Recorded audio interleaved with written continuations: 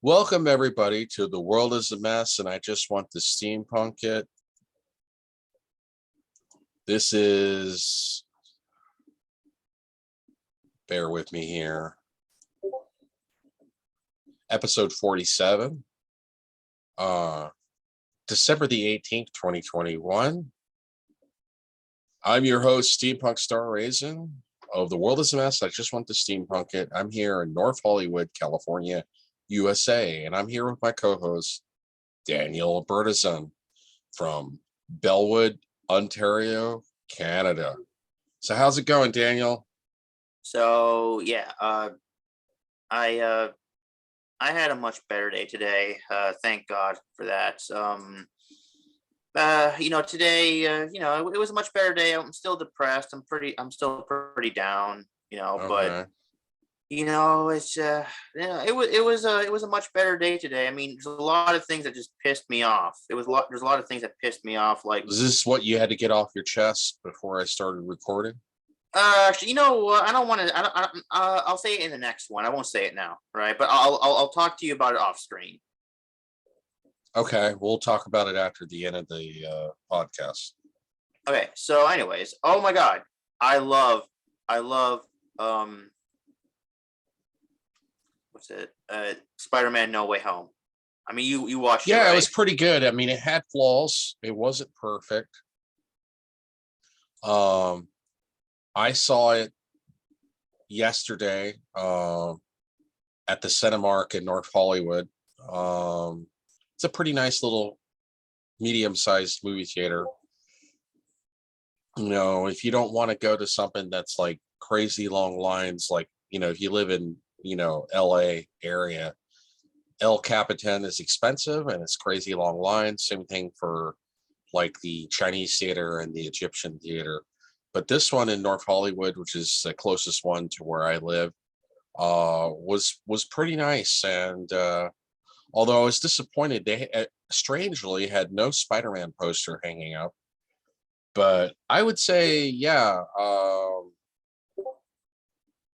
it was better than I expected because there were some things that I thought were hurting the movie and I thought hurt the movie a little bit. But yeah, I mean, I wouldn't say it's my favorite Spider-Man movie, but I would say that it's definitely a good MCU movie and it makes me excited for what's coming next with Doctor Strange and the Multiverse of Madness. But out of a score of 1 to 10, I guess I'd give it like an 8.5. That's what I would do because it's not without its flaws. The two biggest flaws I thought was Doctor Strange seemed very out of character through the middle part of the movie. He seemed like something out of a Saturday Night Live skit, kind of goofy.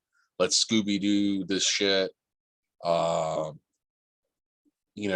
And it's funny and it made the audience laugh, but we were introduced to the character of Doctor Strange in the first Doctor Strange movie, and in Infinity War, he seemed like very careful, very studied. He'd seemed all the possibilities of Thanos and working that out, that the only way to beat Thanos was this one way. But you would, even though he doesn't have access to the time stone anymore, you would think that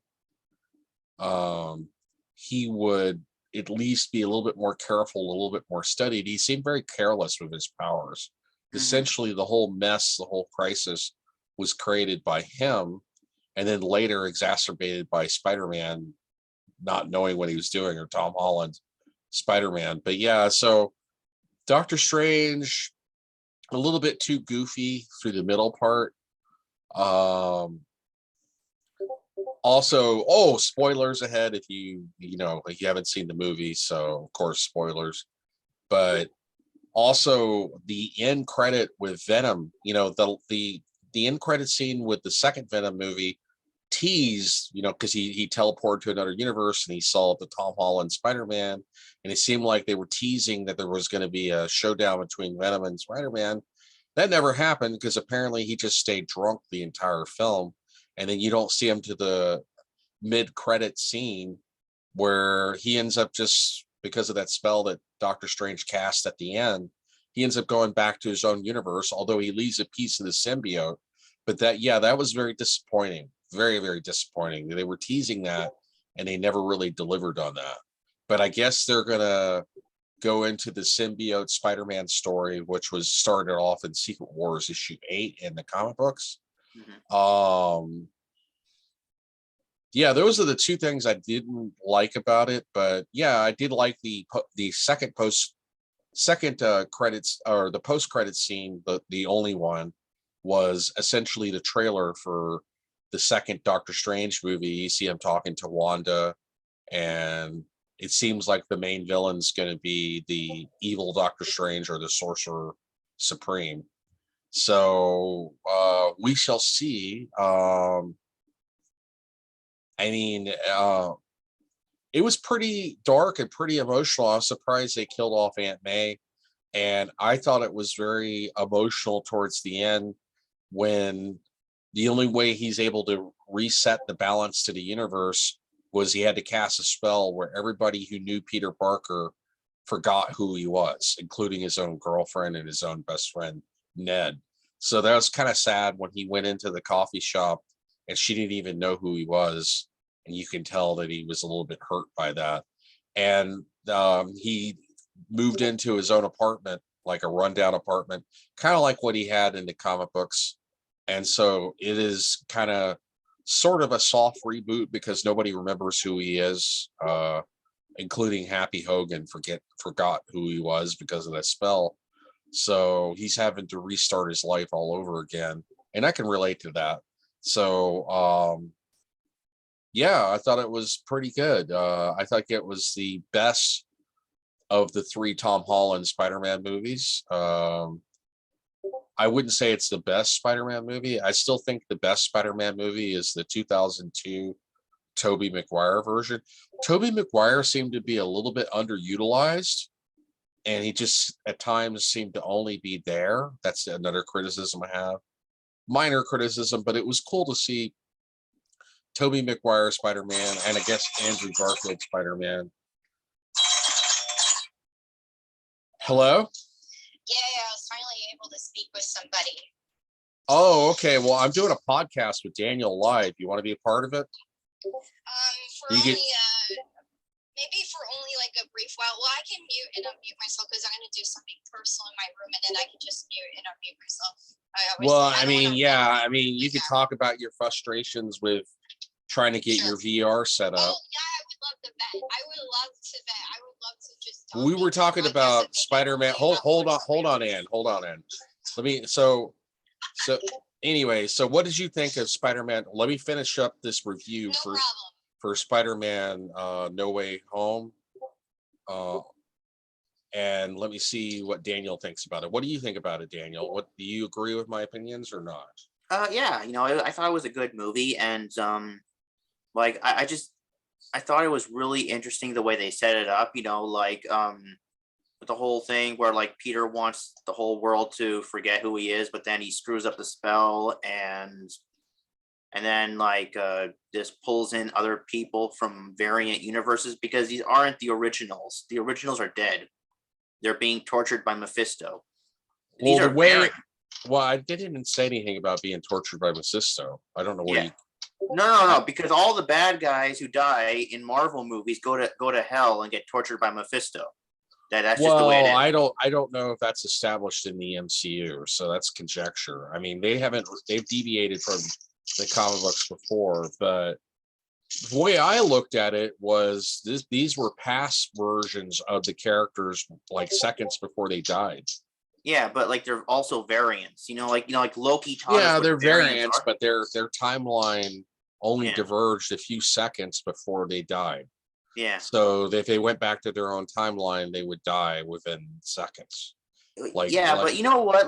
This is one of the things I've been talking about on Discord. You know what Discord is, right? It's I know what Discord is. Yes. Yeah. Okay. So I've been talking about this on Discord, and all right. This is what I wrote. The way it ended, the villains were all cured, had their powers taken away. Doc Ock is now in control of his arms, and they went home. All of them went home.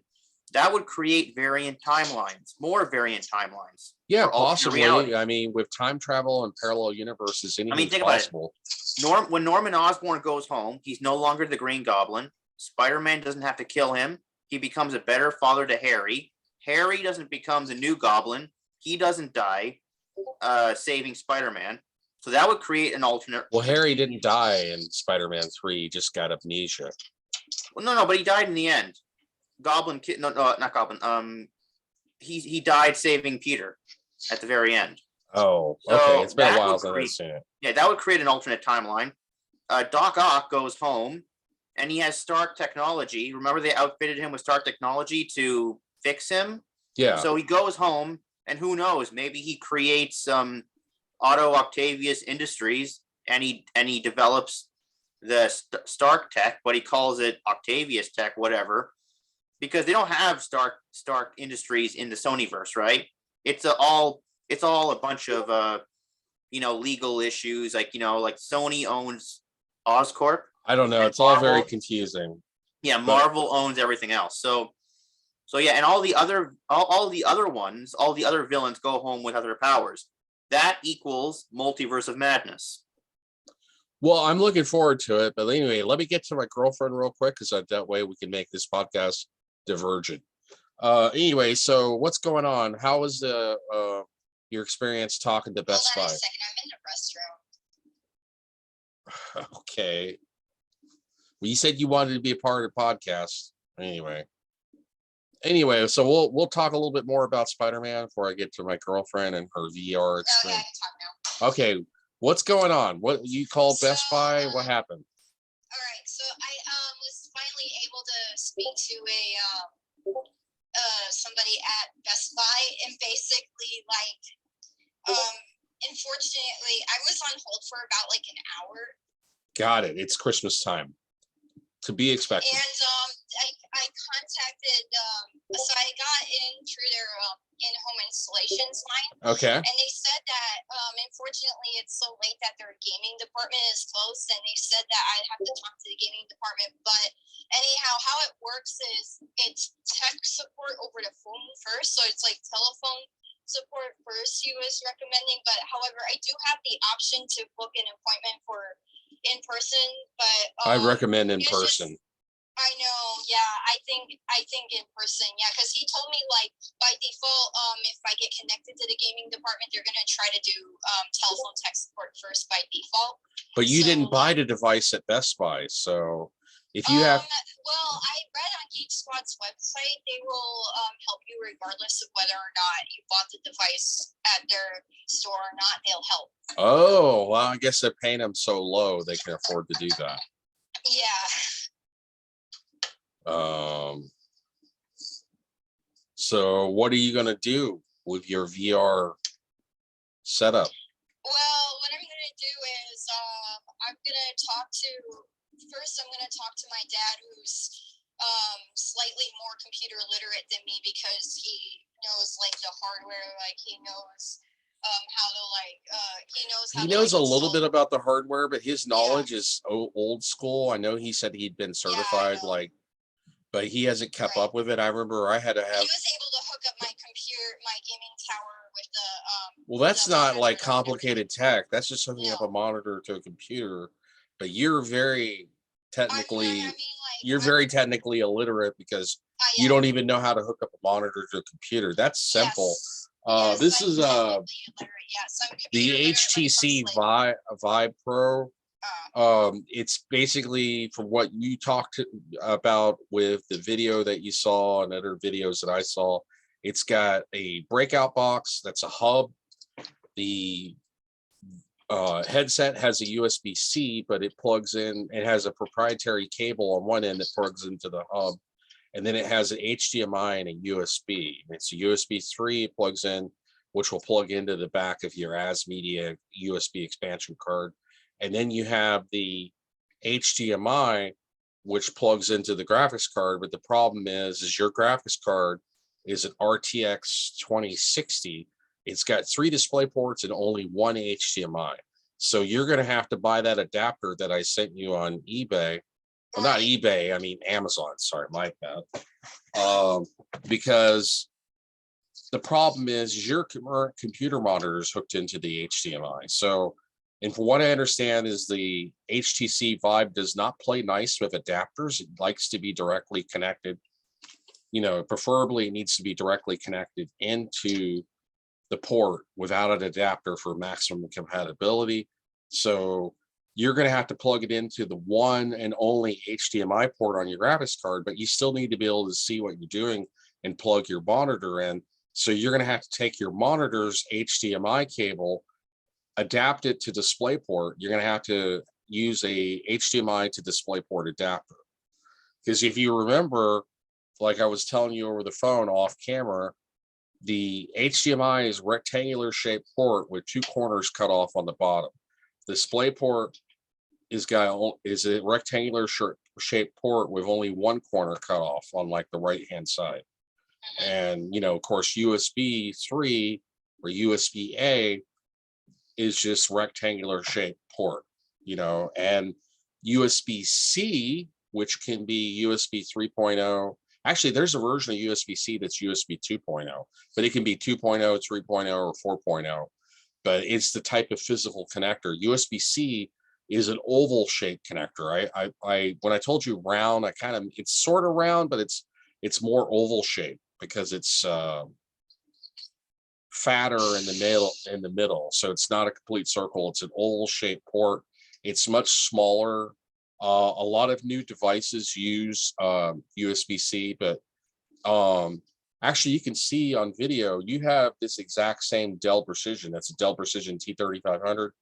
All the USB ports on the front and the back are going to be USB 2.0, so you won't be able to use the onboard USB ports because USB 2.0 is too slow. It only has like 500 megabit per second bandwidth. USB 3, which you have one USB 3 port 3.0, and then you have, or I think it's 3.1 USB actually, and then you have one USB-C that's USB 3.1, and that's on the back and the expansion card right next to the graphics card.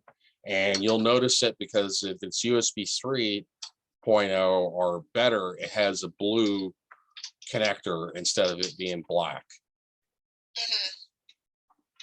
So USB 3.0 has the blue connector?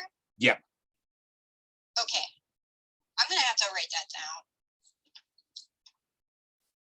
So you'll have one cable running from the breakout box to the card, to the USB expansion card, because you know the computer is an older upgraded model. It doesn't have USB 3, so I added an expansion card to it.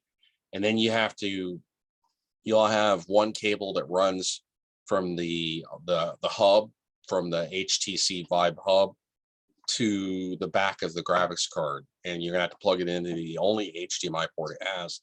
You're gonna have to replug your monitor into one of the display ports, and then it basically has four cables on the hub. It's got one for power, it's got one for HDMI, one for USB, and then a proprietary connector that connects to the USB-C port on the headset, from what I can tell. I've never installed one. And because I can't come there in person to install it because you live so far away from me. And because of other things. Well, we're recording. We're on a stream. I don't know if you want to advertise all your family drama in public. I just want to say family drama, that's all. Okay, because of family drama, I can't come there in person. So it's going to be very hard for me to try to do it over the phone. That's why I recommend you just get a person from Best Buy. You may have a hard time because Best Buy sells a lot of stuff, and you're not the only one that probably got a VR headset for Christmas and wants to set it up. And they probably have other things like setting up a gaming PC. A lot of people will buy a gaming PC and they don't know how to hook up a monitor, kind of like you. And with people getting expensive gifts for Christmas and they want to set it up, it's it's going to be hard because you're only about a week from Christmas right now. You know, you may have to Right. wait till after Christmas. Gonna have to be patient. Which should be, that'll be okay because this is why I also bought the Quest 2 because the Quest 2 is like much easier to set up. Okay. Best Buy uploaded a video on how to set up the Quest 2, and it looks like it looks like a walk in the park. Well, the problem in is your contrast computer to the does not have HTC Wi-Fi. We talked about this off camera. Your computer does not have Wi-Fi. It's an older desktop computer. It's a workstation. My gaming tower doesn't have Wi-Fi because it does, most lower end, some low end to mid-range, even brand new computers don't always come with Wi-Fi, because if you're using it as a desktop computer, a lot of times you're just using Ethernet. You're having it hooked up to either directly to the cable modem or to a router. I don't know. You might be able to ping to it through getting your VR headset to hook up through the Wi-Fi on your router, and then your computer could communicate via the router. But you may have to get a USB Wi-Fi dongle. Which I already have. Well, there you go. Need Bingo. to hook it up and install it. Hopefully, I have all the instructions and everything. I should probably maybe do that before trying the virtual desktop hack for bypassing VR chat limitations. You think I should maybe do that before so that I don't get into the tutorial and get frustrated, I don't understand. Repeat that. Okay, so like by default, I think the Quest, I get the impression the Quest is like a headset that has a computer built inside of it with storage and everything. It has like some kind of Raspberry Pi in it. I have no experience, so not a clue. Not a clue. So that's why I'm talking. That's why I'm talking about it, because I watch videos about the Quest. Okay, and the Quest 2 doesn't even need to be hooked up with a computer to work.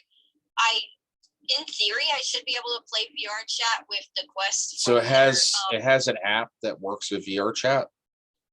Well, it has an app that basically it has like some kind of iPhone app. It's very similar to the TP-Link routers. Yeah, but the problem is VR chat, as far as I know, only has Windows version. Like it doesn't even work with Mac. There's not a version for iOS. I know, but tons of people get on VR chat with the Quest 2, so... Well, you're going to have to figure it out. If you can't figure it out... I don't know if they're using, like, the virtual desktop hack only to, like, get into VR chat. I don't know if it's just through, like, virtual desktop system only, or if they're accessing Steam VR through the app store that comes with the Oculus Quest 2 operating system. But I think it's, like, some kind of online... operating system, like through Facebook. Well, I mean, it's highly possible.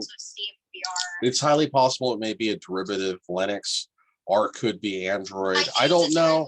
Not a clue. No experience with that. I know you have no experience with it, but I've been watching videos on it. I've been talking to a lot of people about this, and I do think it might be a derivative of Linux. Okay. More Cool. Linux, not Android. Because if you can, you just use that headset. Maybe you could use that headset to get on VR chat and do your VR chat stuff and just return the other one, because the other one's... Well, here's the thing. That Quest headset is going to be limited with VR chat no matter what you do, no matter how many hacks you try to do. For me and for my experience, for my gaming experience... Well, how do you know? You've never used it. How do I know? Because I've talked to people. Okay. On VR chat, I've talked to people on Reddit. I know, and especially for what I do on VR chat, I use a voice changer. I might have a really hard time trying to use a voice changer, and virtual desktop supposedly resolves the problem of like not being able to see certain avatars and being able to have access to all I hope avatars. For your sake, with all the money you spent, you could sort it out, because that's to me, it's a very niche market. 90% of games don't even support VR, and this was the problem with my experience with VR is E3 Expo 2015. I tried out a prototype. It wasn't even the final release. I tried out a prototype of the first Oculus Rift, and I played a 10-minute demo of Walking Dead VR. That's the extent of my experience, but they already had it hooked up and I put the headset on. There was like a plastic shotgun that simulated you had to pump it and then it would pump it in the game. And I ended up breaking the shotgun because it was so photorealistic with the zombies. It just, for a moment there, I lost myself in the game and totally forgot that I was playing a game. And I broke the shotgun, and they took a video of me doing it, but for some reason they never released it. And it's possible, from what I understand, the game was delayed and never officially got released because, or I think it got released, but it didn't do very well. And now I think the game is discontinued or something, because not that many people have have a VR headset that's compatible. And that's why Google was pushing Google Cardboard, but even that has kind of died. You don't really see too many Google Cardboard apps. There never has been from the get-go. I got that when it first came out, and there never has been. Well, actually, they finally released it in January of 2020, like right before COVID. Google Cardboard headsets are So terrible. there is a Walking Dead VR that works with Oculus Quest. So that's another game that you might try since you're spending all this money. It's called Walking Dead Saints and Sinners on Oculus Quest. So you should try it. I don't know how much it costs. Yeah, right. If you like to fight zombies, I don't know. Well, Although you'd have to buy like the shotgun accessory. That's not included with your headsets. There's like so here's the thing that's cool about the Quest 2 is, in theory, I should be able to take it to you in person, and we should be able to use it without a computer, and you should be able to play games on it without a computer. Yeah, we should. In theory, with the way the Best Buy video, Geek Squad uploaded a video on how it works, and from what I saw, in theory, we should be able to use it without even having computer access. I could just take it to you in person, and you could try it out. Well, I'll figure it out. But we'll figure out a way and how. Well, I also want to add one more thing about the HTC headsets.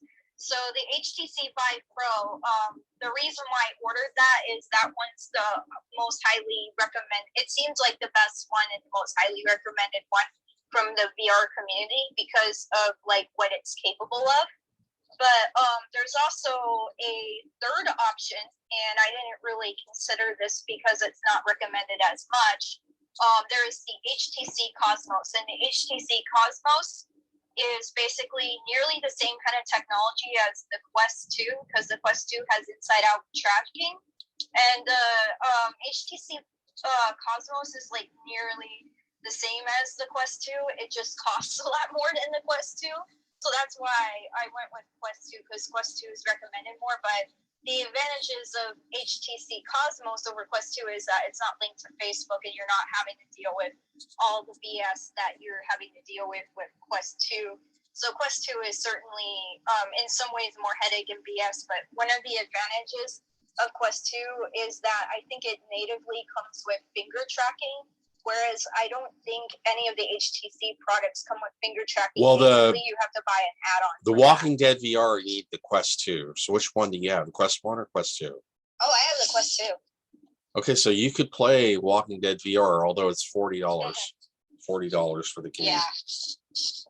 But Well, eventually, if I hold on to it, eventually we could, because with the way it works, like if it works as advertised, I should be able to just take it to you as long as like we have access to I don't even think, in theory, as long as you're fully charged. If you have a headset fully charged, you don't even need access to all right, power well, if I it's need fully charged. I need to end my podcast. Hold on a second.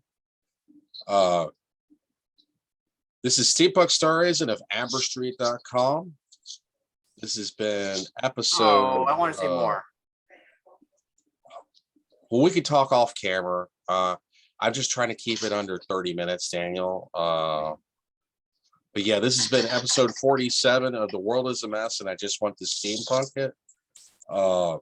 December the 18th, 2021. I'm your host, Steampunk Star Raisin, and then been here with my co-host, Daniel Bertizon from Bellwood, Ontario, Canada. And I'm here in North Hollywood, and I'm on the phone, the speakerphone with Rockanne in LA area of California. So you have a nice day, and I will see you 25 billion years. I will. Let me